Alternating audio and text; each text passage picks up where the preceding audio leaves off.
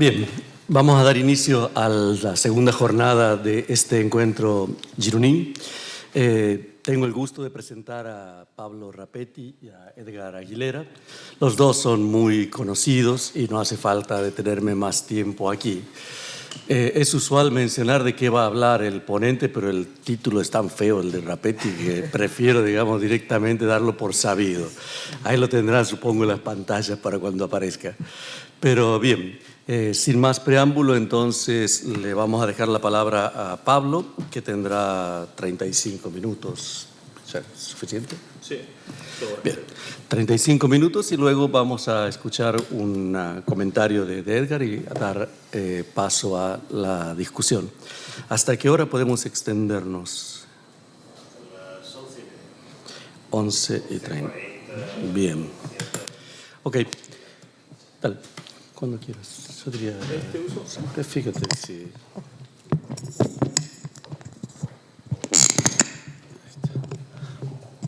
Bueno, buenos días a todos amigos, tantos que hay acá.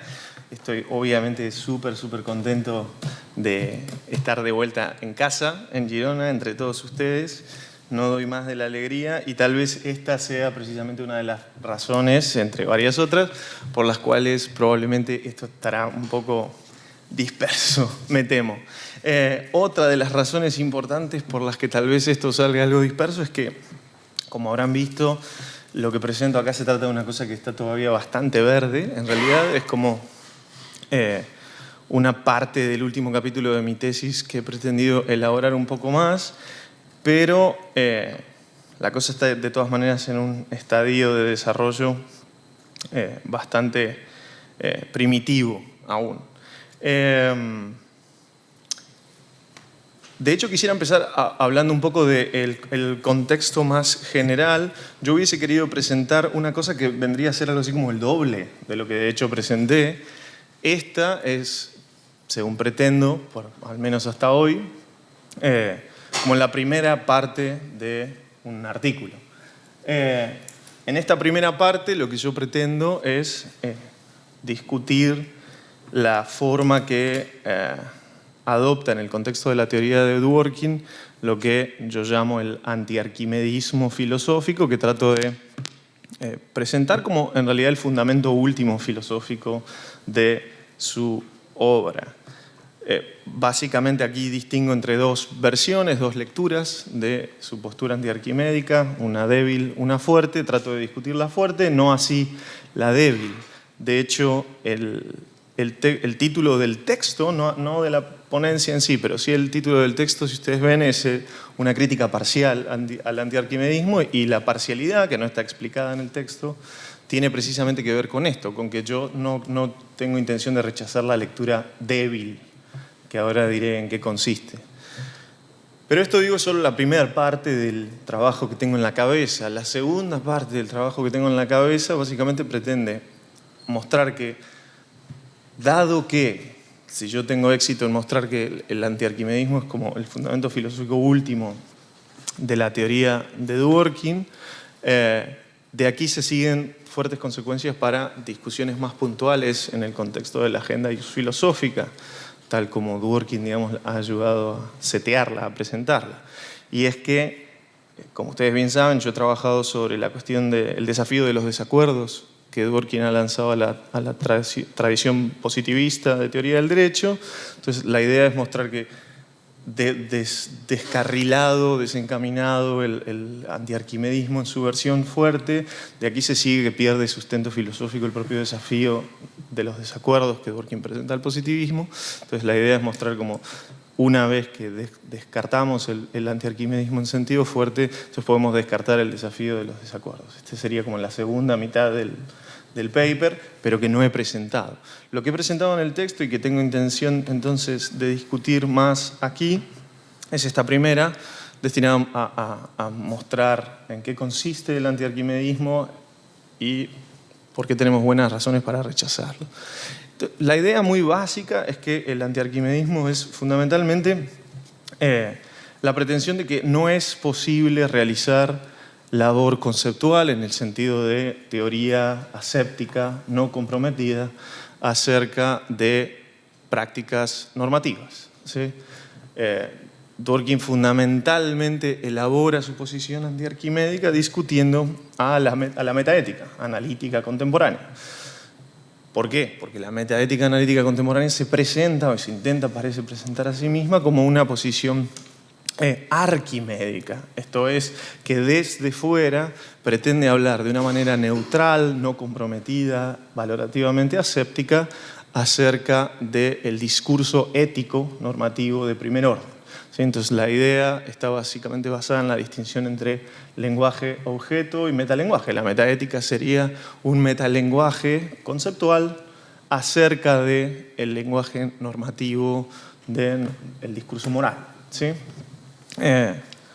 Según entiendo, la idea de Dworkin es entonces mostrar que no hay posibilidad conceptual de hacer esto, que no hay manera de hablar desde una perspectiva conceptual, normativamente neutral, acerca del lenguaje moral.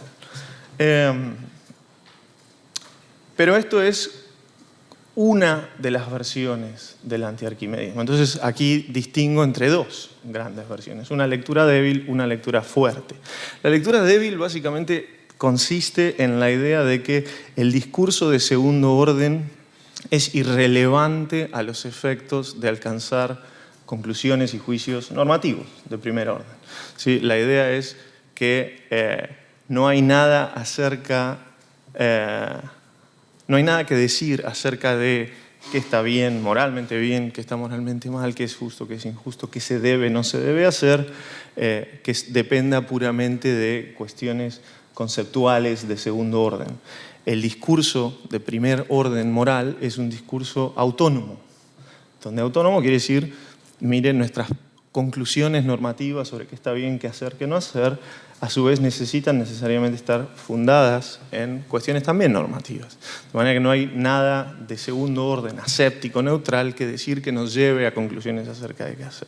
Y esto, digo, es la versión débil que yo no estoy interesado en discutir. Esto es básicamente una nueva presentación de la ley de Hume, de acuerdo con la cual no se pueden sacar conclusiones de primer orden o de deber a partir de cuestiones de segundo orden, ¿sí? Que tienen que ver con lo que es, de hecho. Pero la versión fuerte, en cambio, del antiarquimedismo es esta que da el paso ulterior de negar la posibilidad conceptual de elaborar un discurso de segundo orden acerca del primero. ¿Sí? Yo desgrano la postura antiarquimédica de Dworkin básicamente en dos grandes tesis. Una es la que llamo la tesis de la autonomía del lenguaje de primer orden, que es básicamente esta idea que acabo de transmitir. Y la segunda es la idea de que la pretensión del lenguaje metaético de la empresa, de la metaética, es básicamente igual la de algún modo dar apoyo completo o en cambio dar razones para el rechazo de posiciones de primer orden en el discurso ético normativo. ¿Sí? Estas vendrían a ser, como parece, las dos grandes ideas en las que Dworkin expresa su postura anti-arquimédica. Y si ustedes se fijan, yo diría, y acá se ve una de las cosas en las cuales mi texto está todavía bastante verde, porque no estoy del todo seguro del modo más adecuado en el que presentar la idea de Dworkin. Yo en el texto trato de mostrar que hay como dos lecturas que admite la tesis de la autonomía. Una, de acuerdo con la cual entre sus implicaciones está el que se cancela la posibilidad del lenguaje conceptual, y la otra de las cuales parece que esto no se seguiría solamente de la idea de la autonomía. Pero en cambio, una presentación alternativa que se me ha ocurrido así ahora, en estos días, es que tal vez valdría la pena decir lo siguiente: la tesis de la autonomía es como el núcleo del antiarquimedismo que aún no permite distinguir entre las lecturas débil y fuerte. Y en cambio, esta segunda tesis de las pretensiones aparentes de la metaética es precisamente la que permite establecer una distinción entre el arquimedismo débil y el arquimedismo fuerte. ¿Cómo? Pues bien, el antiarquimedismo débil no sostiene esta segunda, y está solamente limitado a la tesis de la autonomía, mientras que el antiarquimedismo fuerte se compone de la sumatoria de las dos tesis. Ahora bien, el antiarquimedismo fuerte, el que niega la posibilidad del discurso metaético, diría, suma esta segunda tesis sobre las aparentes pretensiones de la metaética por vía de una tercera tesis, que creo que es crucial, que esto sí está, espero, bien señalado en el texto, que es la tesis de la traducibilidad, tal como yo la llamo. Y que yo creo que es el argumento central que da Dworkin para defender el antiarquimedismo fuerte en los pasajes en que efectivamente lo defiende. La idea sería que toda pieza del discurso metaético, del discurso de segundo orden, puede ser traducida como una pieza más bien abstracta y tal vez curiosa y tal vez poco útil desde el punto de vista práctico de discurso normativo, de primer orden, ¿sí? La idea sería entonces que si es efectivamente cierto que todo lenguaje metaético se puede traducir en lenguaje ético de primer orden, esto mostraría que en realidad no hay un genuino espacio lógico para el discurso de segundo orden, que todo el discurso de segundo orden es solo apariencia y es simplemente discurso de primer orden abstracto, disfrazado. ¿Sí? Esta sería básicamente la idea. Entonces, la tesis de la traducibilidad funciona, por así decirlo, como el puente hacia las conclusiones que Dworkin adopta sobre los aparentes objetivos de la metaética, que, como les digo, serían el de brindar apoyo a posturas éticas de primer orden o, el cambio, brindar razones por las cuales rechazar posturas éticas de primer orden. ¿Sí? Esta sería la idea. Discuto entonces yo en el texto el antiarquimedismo fuerte. Y para esto presento básicamente tres grandes conjuntos de argumentos, por así decirlo. En primer término, invoco algunas de las cosas que expresamente dicen autores dedicados a la metaética. En el texto en particular yo doy una cita muy larga de un texto de Simon Blackburn, que como ustedes bien saben es un conocido defensor de la metaética expresivista contemporánea. No hace falta ni hay mayor tiempo acá para reiterar esa gran cita, pero la idea básica de esa cita larga es decir que él, Blackburn, como autor dedicado a la metaética contemporánea, señala expresamente, literalmente, mire, es más o menos natural ver que mi postura metaética, el proyectivismo que él sostiene, más o menos se condice con una ética consecuencialista de primer orden y no tan naturalmente con una ética deontologista de primer orden. Pero dice, esta es una relación que en ningún sentido es una relación de implicación lógica ni necesaria, ¿sí? El hecho de que uno sea un proyectivista en términos metaéticos de ningún modo implica que deba ser un consecuencialista en términos éticos de primer orden. Simplemente hay una asociación más o menos natural, dice él, pero que no es una asociación de índole lógica, no es una consecuencia que se siga de abrazar el proyectivismo. Y esto, en cambio, es lo que Dworkin intenta mostrar o defender que se da, que si uno asume en este caso, en este ejemplo, una postura metaética como la del proyectivismo, entonces parece que está necesariamente, fatalmente condenado a suscribir una ética no deontológica, ¿sí? Una manera de abonar la idea que defiende Blackburn en esta cita que yo hago de uno de sus textos es una traslación a un ejemplo que, por cierto, me ha facilitado Diego Papayanis, que acá está y a quien se lo agradezco, que tiene que ver con el caso de las promesas. Entonces yo en el texto trato de mostrar cómo uno podría presentar una account de las promesas siendo un proyectivista y que, sin embargo, trate de mostrar cómo los promitentes en el contexto de la realización de una promesa pueden, digamos, comportarse a la manera de quien suscribe una ética deontológica y no así una de tipo consecuencialista. Pero esto creo no es particularmente relevante en el contexto del texto, así que hasta ahí lo dejo y si quieren lo retomamos en la discusión posterior. Más me interesan los otros dos conjuntos de argumentos. El segundo conjunto de argumentos que presento tiene que ver con que nos preguntemos acerca de la naturaleza de la postura antiarquimédica de Dworkin. Porque ahí parece uno tiene la posibilidad de presentar a Dworkin como incurso en una suerte de dilema. El dilema consistiría en la idea de que el argumento de Dworkin contra la metaética, los argumentos antiarquimédicos de Dworkin, o bien son de naturaleza metaética, o bien no lo son. O bien son de segundo orden conceptuales no comprometidos, o bien son de primer orden normativamente comprometidos. Esta sería la idea. Pero parece que de ninguna de las dos opciones se seguirían consecuencias muy plausibles. Si uno toma el antiarquimedismo dworkiniano como una idea de segundo orden, entonces parece autorrefutatoria, porque efectivamente parece extraño comprender cómo él puede estar tratando de demostrar que no es posible realizar discurso de segundo orden por encima de las disciplinas de que se trate, con la consecuencia de mostrar o de concluir que las disciplinas de segundo orden son conceptualmente imposibles.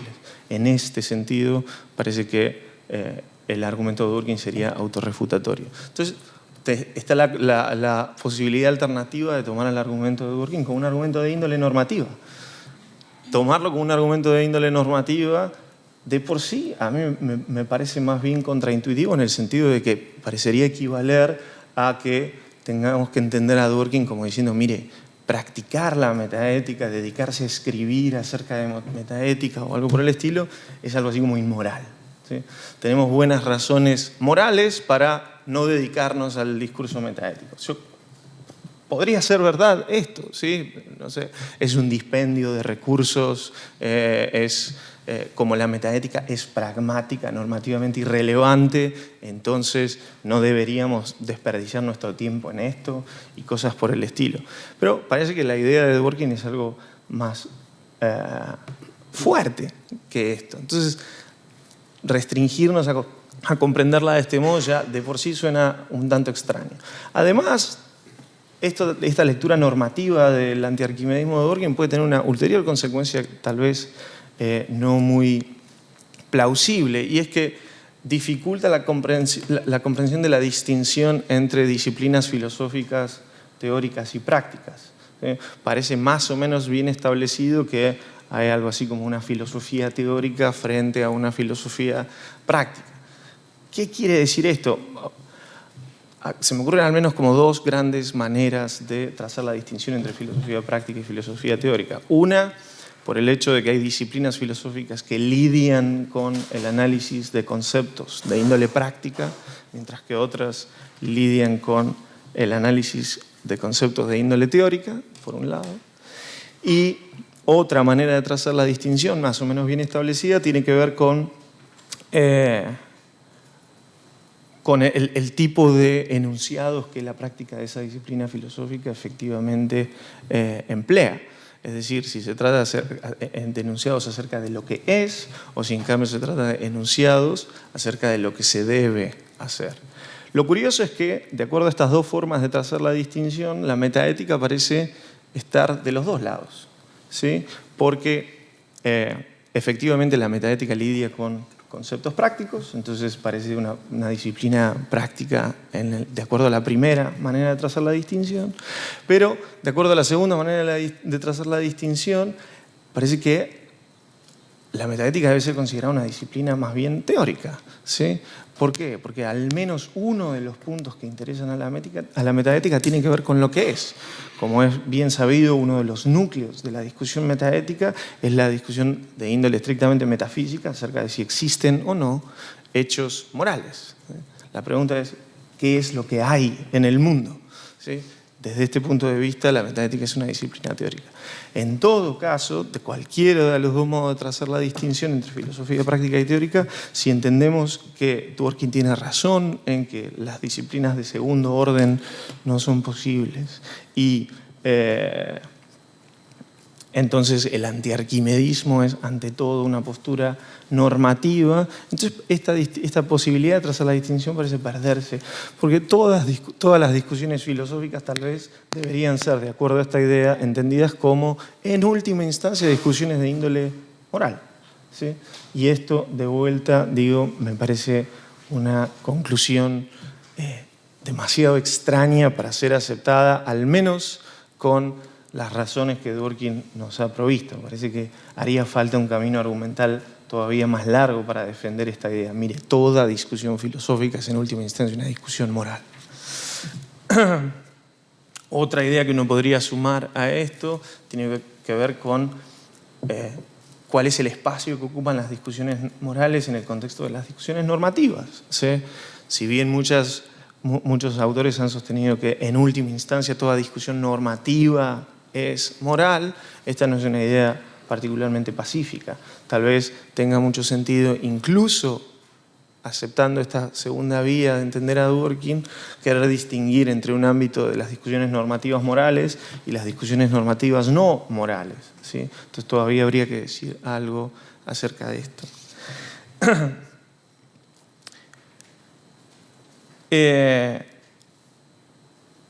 Otra clase de argumentos que presento en el texto, y yo creo que esto es la parte más interesante, tiene que ver con la discusión de la idea de Dworkin de la traducibilidad de los enunciados metaéticos a enunciados éticos de primer orden.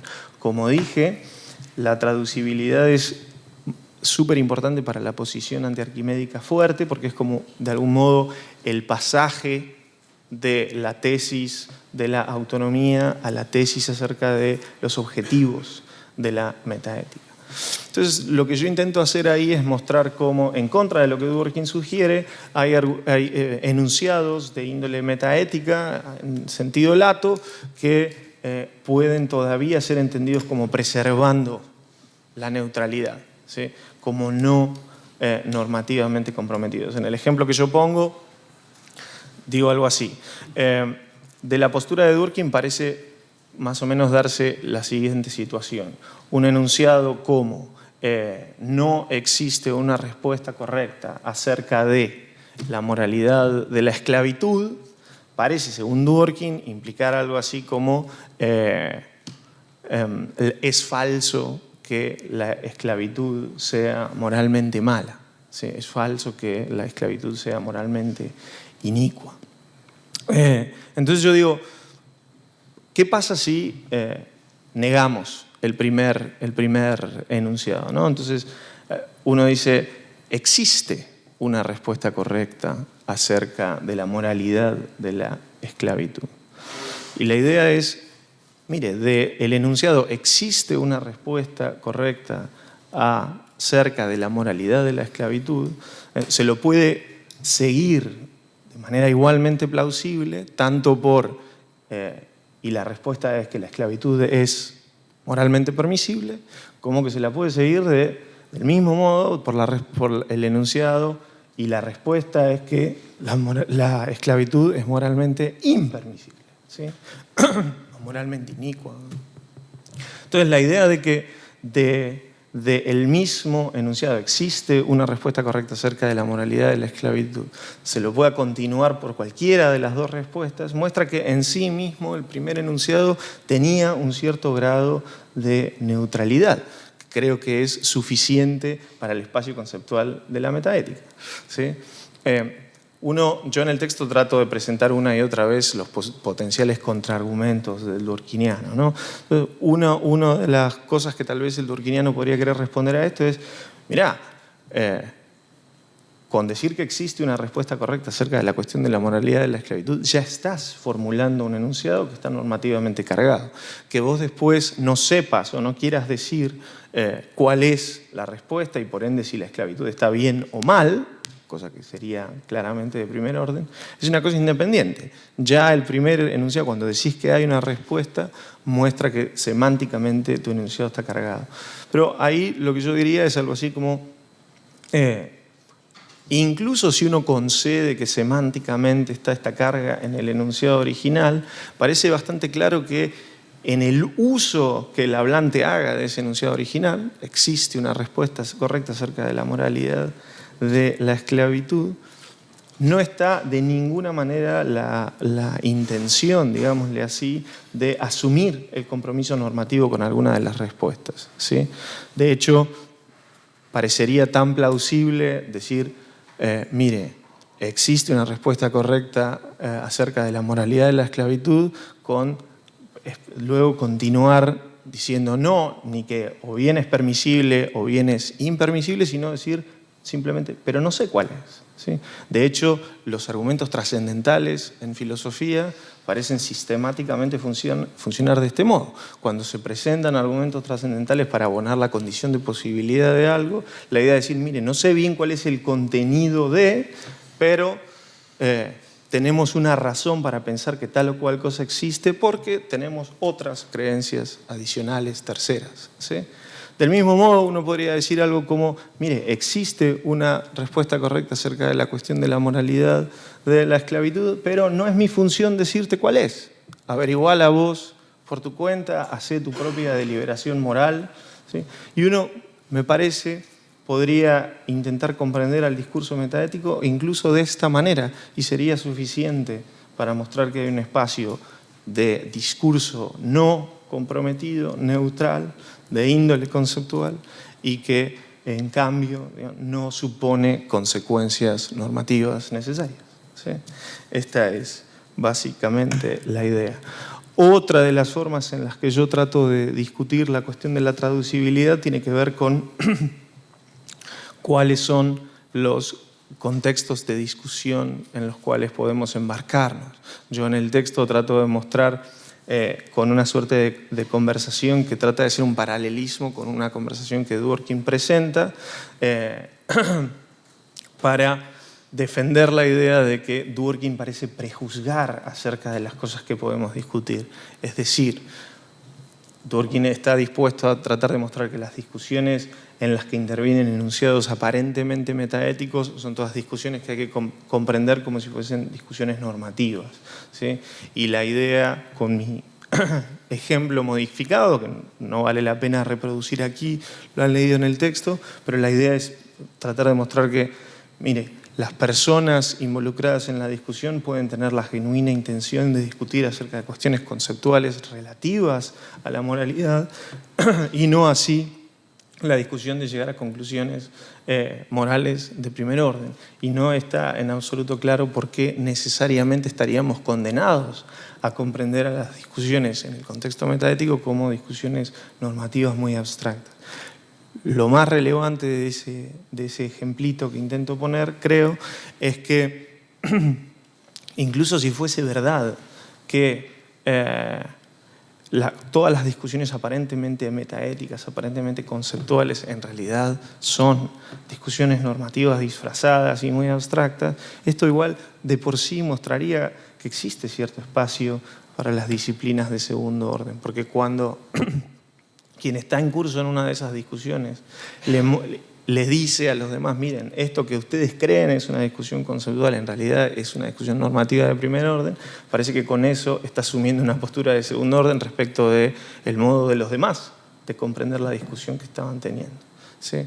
Y esto muestra de otra manera lo que dije hace un rato, que intentar comprender el argumento de Dworkin como en sí mismo un argumento meta de segundo orden muestra que el argumento de Dworkin se autorrefuta.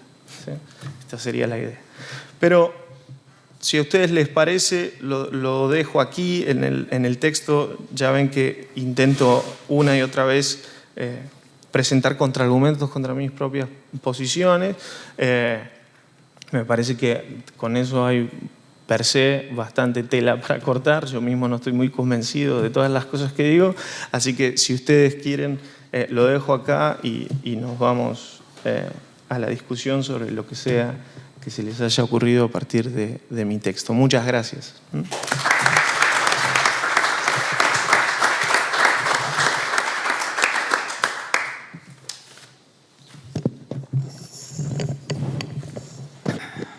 Muchas gracias, Pablo, por tu presentación y por lo que has clarificado, digamos, ahora, con respecto a lo cual yo tenía algunas dudas cuando me enfrenté por primera vez al texto que nos hiciste favor de enviar. Y gracias también a Jordi, a Carmen, a los organizadores de este evento por darme la oportunidad de estar aquí en casa discutiendo nada más y nada menos que este tipo de cuestiones me parecen muy relevantes para quien pretende seguir un programa de investigación en filosofía del derecho y, digamos, decantarse por la vertiente positivista. Yo voy ahora a cambiar el orden de los comentarios que traía preparados, justo porque me parece que lo más importante es lo que Pablo nos ha dejado hacia el final de su participación, de su intervención, y de ahí subiré a hacer algunos comentarios menores y terminaré con una duda con respecto a lo que nos has mencionado aquí como la segunda parte de tu intención al escribir este paper, que como bien dices, como nos aclaras, es un paper en desarrollo, en elaboración.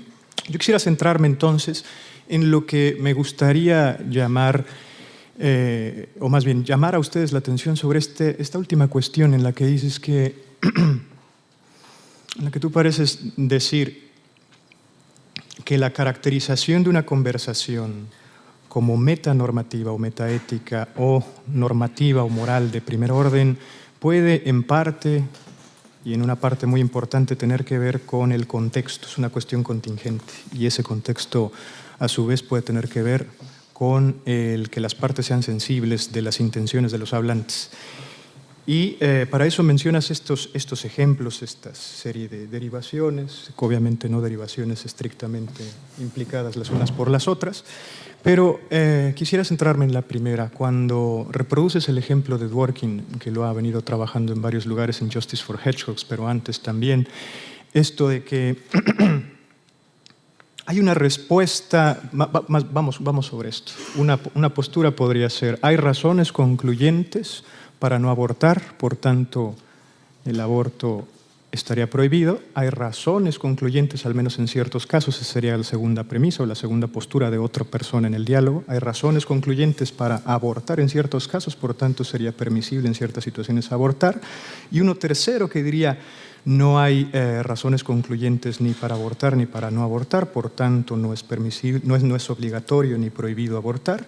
Y un cuarto que diría, no hay razones concluyentes ni para considerar prohibido ni obligatorio, moralmente hablando, el aborto, pero permisible, nada más.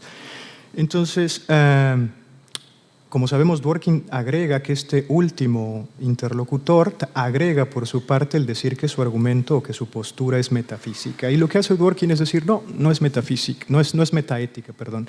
Es también un discurso de primer orden, porque lo que pasa es que no te das cuenta, no que no te estás dando cuenta de las intenciones de quienes están teniendo esa conversación. No es que no te estés dando cuenta de que pretenden tener una discusión metaética. Lo que Dworkin me parece que quiere decir es que incluso aunque pretendamos tener discusiones metaéticas, estamos en un error en ese sentido.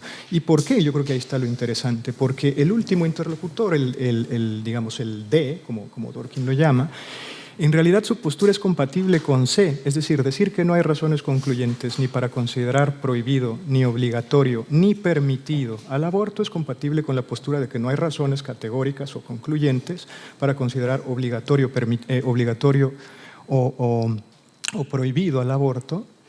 Pero también es compatible con sostener que hay una permisión débil. Esto de negar que existan razones categóricas es compatible con decir que hay una permisión débil en el sentido de que no hay razones categóricas. Entonces, esta pretendida conclusión o intervención del último interlocutor a la discusión pretendidamente metaética no está siendo metaética. ¿Por qué? Justo porque su postura está tomando postura, está acordando o entrando en un acuerdo con C y en desacuerdo con A y B. No porque no entienda lo que están queriendo decir o que están pretendiendo tener una conversación metaética. Entonces, a la inversa, en el ejemplo que tú pones, digamos ahora con 3 interlocutores que están pretendiendo tener una conversación metaética y uno que es un interlocutor que quiere y que dice además que su conclusión es moral, yo creo que pasa lo mismo, ¿no? Es decir, el punto de Dworkin no me parece que sea justo lo que tú me parece que afirmas, que la caracterización de una discusión como meta o normativa de primer orden depende de los contextos y las intenciones de los hablantes. Lo que pasa es que el escéptico, por ejemplo, en este caso, no se da cuenta, no percibe que su postura es compatible con C, el interlocutor C de este ejemplo, y que es incompatible con A y B. Entonces está de alguna manera asumiendo postura con respecto a la permisibilidad o no del aborto y lo que dice Dworkin o lo que agrega Dworkin. ¿Y eso cómo se va a resolver? Pues como se resuelven todas las cuestiones de de primer orden, con más argumentación moral para ver cuál de las posturas, digamos, queda mejor parada a la luz del sustento.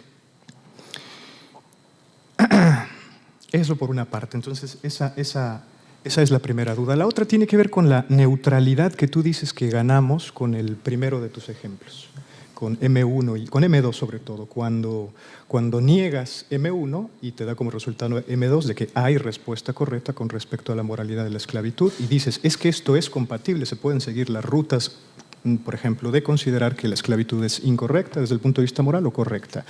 Pero esto lo que yo creo que más bien muestra es que el asunto, como tú también te hiciste cargo de esto, o bien está irresuelto, ¿no? En términos epistémicos, tal vez todavía no elaboramos el argumento que nos permita posicionarnos, o bien hace alusión a una postura que Dworkin se esfuerza por detectar en Justice for Hedgehogs, que no tiene que ser el escepticismo, sino la incertidumbre, que esto ocurre cuando, habiendo habido argumentos a favor de las posturas, resulta que sopesándolos todos quedan en una suerte de empate, no hay forma de decantarnos los unos por los otros. Entonces estaríamos en una suerte de posición por defecto que sería la incertidumbre, y esto sería compatible con el escepticismo interno, ¿no? Porque presupones que hay una respuesta correcta, ¿no? Pero llegas a la conclusión de que los argumentos que sustentan los diferentes cursos de acción son igualmente plausibles. Entonces esto es escepticismo interno, que sigue siendo interno al discurso y es el tipo de escepticismo con el que Dworkin pretende engage, ¿no? Tener algo que decir. ¿Cómo vamos de tiempo? Perdón. Ya. Ok. Con respecto a, como está, otro comentario es el siguiente, como está puesto en el texto, tú dices que el arquimedismo hace dos asunciones y me voy a detener ahora en la segunda. La segunda, según nos comentas, tiene que ver con que todas las teorías metaéticas tienen la pretensión o la ambición de reivindicar o bien de refutar o rechazar teorías normativas de primer orden. Y obviamente ahí es donde viene prudente mencionar lo de Blackburn y lo que dices de que eso no es cierto porque los propios autores en metaética, pese a que reconocen que sus teorías son más compatibles o pueden ir mejor de la mano con algunas teorías normativas como el consecuencialismo, etc., eso no es un argumento suficiente para detectar ahí una conexión necesaria. Pero me llama la atención que digas lo siguiente, o al menos es lo que entendí en el texto, que si hubiera un argumento que sustentara esto de la conexión necesaria entre teorías metaéticas y normativas, pareciera que llegamos a una contradicción entre las asunciones 2 y 1 que tú predicas del antiarquimedismo. Entonces te pediría una suerte de elaboración de por qué esa contradicción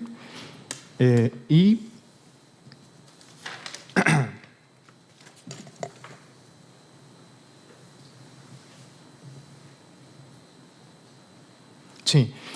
Y lo último ya que tiene que ver con mis dudas acerca de tu proyecto, la segunda parte de tu proyecto. Parece ser que estás insatisfecho con la respuesta que el positivismo da al account que hace de los desacuerdos jurídicos fundamentales, estos que tienen que ver con respecto al contenido de la regla de reconocimiento.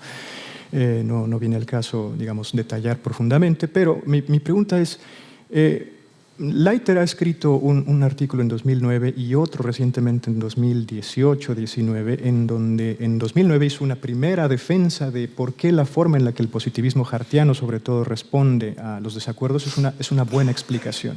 El punto es si esa explicación que da el positivismo o la que da Dworkin entendiendo un debate o un desacuerdo jurídico fundamental como un conflicto entre interpretaciones constructivas, ¿cuál de esas dos es una mejor explicación de lo que está ocurriendo, por ejemplo, en casos como Riggs versus Palmer? A Leiter le satisface la explicación positivista diciéndonos, bueno, en esos casos no hay acuerdo simplemente porque estamos suponiendo que no hay convergencia de comportamiento judicial en términos de utilizar cierto método de interpretación y de considerarlo obligatorio para resolver un caso, entonces no hay fact of the matter en ese tipo de cuestiones. Lo que está ocurriendo puede ser que si son insinceros los interlocutores que estén tratando de avanzar sus posturas preferidas, normativas. Eso, después Leiter dice, eso es más compatible con más evidencia que hemos podido recabar al respecto. Por ejemplo, si uno pone atención a la actividad judicial desarrollada por el juez Earl, que escribió para la opinión mayoritaria, o por el juez Gray para el disenso, nos damos cuenta que en otro tipo de casos, Earl, por ejemplo, es un textualista y no un interpretativista contrafáctico. No le interesan las intenciones contrafácticas del Poder Legislativo, cosa que sí argumentó que le interesaba y que era lo correcto en Riggs versus Palmer. Y, por ejemplo, Gray es un intencionalista, pero ninguno de los dos se encuentra especulando sobre si el método de interpretación que apela a intenciones contrafácticas es mejor o el bueno o el adecuado, ¿no? Entonces, la forma en la que argumentaron, creo que es el punto de Leiter, en Riggs versus Palmer es oportunista. Pudieron haberla cambiado y en otros casos se ha mostrado que, por ejemplo, uno persiguió su ideología con la que fue consistente en otro tipo de casos y si para eso se necesita cambiar o preferir otro método de interpretación, adelante, que así sea, etc. Entonces, con esta evidencia adicional, más la explicación de que ahí no había un desacuerdo, sino lo que ya sabemos, una suerte de subrepticia intención por avanzar posturas normativas o preferencias, etc.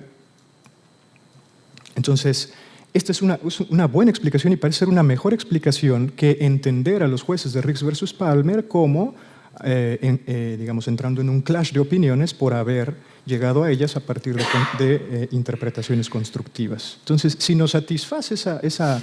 Yo creo que deberías, y claro, esto no lo has hecho y lo acabas, pero fue lo que se me ocurrió, deberías quizá o podrías explicar por qué no te satisface la respuesta que el positivismo hartiano puede darle a los desacuerdos, porque supongo, como en tu tesis lo has manifestado, tesis de doctorado me refiero, por algo te interesa acudir a la metaética para de ahí extraer algunas herramientas, como quizá el expresivismo modificado, como lo has discutido en otras ocasiones, y entonces ofrecer una mejor explicación de los desacuerdos. Bueno, y muchas gracias.